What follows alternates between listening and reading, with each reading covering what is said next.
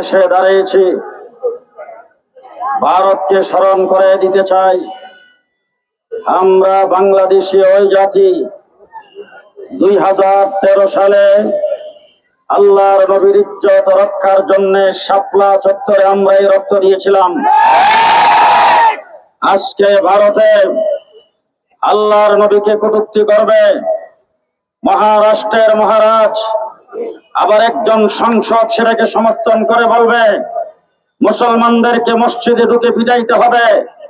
আবু জাহেল রাসূলকে পাগল বলেছেন, কিন্তু রাসূলকে চরিত্রহীন বলতে পারে নাই। আবু জাহেল রাসূল সম্পর্কে কোন চরিত্রের উপরে দাগ দিতে পারে নাই। আল্লাহর নবীকে আবু জাহেল সন্ত্রাসী বলে নাই। মহারাষ্ট্রের মহারাজ রাসূলকে সন্ত্রাসী বলেছে।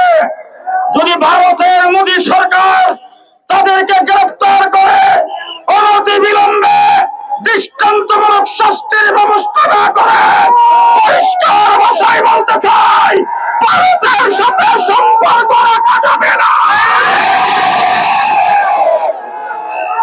আজকে আমরা প্রাথমিক অবস্থায় জানান দিতে এসেছি, আপনাদের সকলকে দাওয়াত দিতে চাই।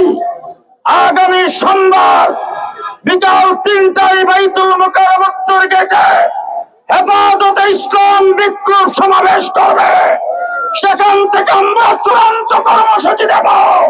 তবে ভারতের মোদীকে বলতে চাই, একটু আফগানিস্তানের দিকে তাকাও। বিশ্বের সবচেয়ে বড় পরাশক্তি আমেরিকা লাঠি ডান্ডার বাড়ি খেয়ে সেখান থেকে বিদায় হয়েছে। মোদীকে বলবো দুটি সামলাও, দুটি সামলাও। পরিষ্কার ভাষায় বলে দিচ্ছে, রাসূলের বিচার হবে না, তোমাকে পাম্পাস বসানো হবে। সংগ্রামী সাথী বন্ধুগণ,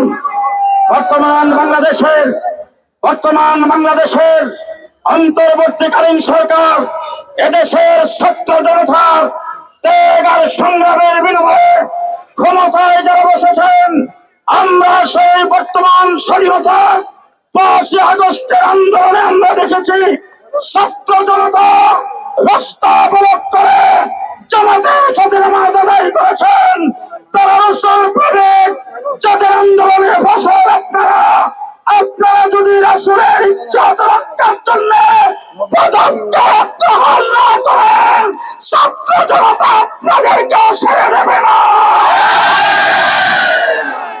শেষ কথা বলতে চাই, আজকে আমার বাংলাদেশের সংসদ নাই, কিন্তু তত্ত্বাবধায়ক সরকারের প্রধানের নেতৃত্বে একটি ক্যাবিনেট আছেন, উপদেষ্টাদের ক্যাবিনেট।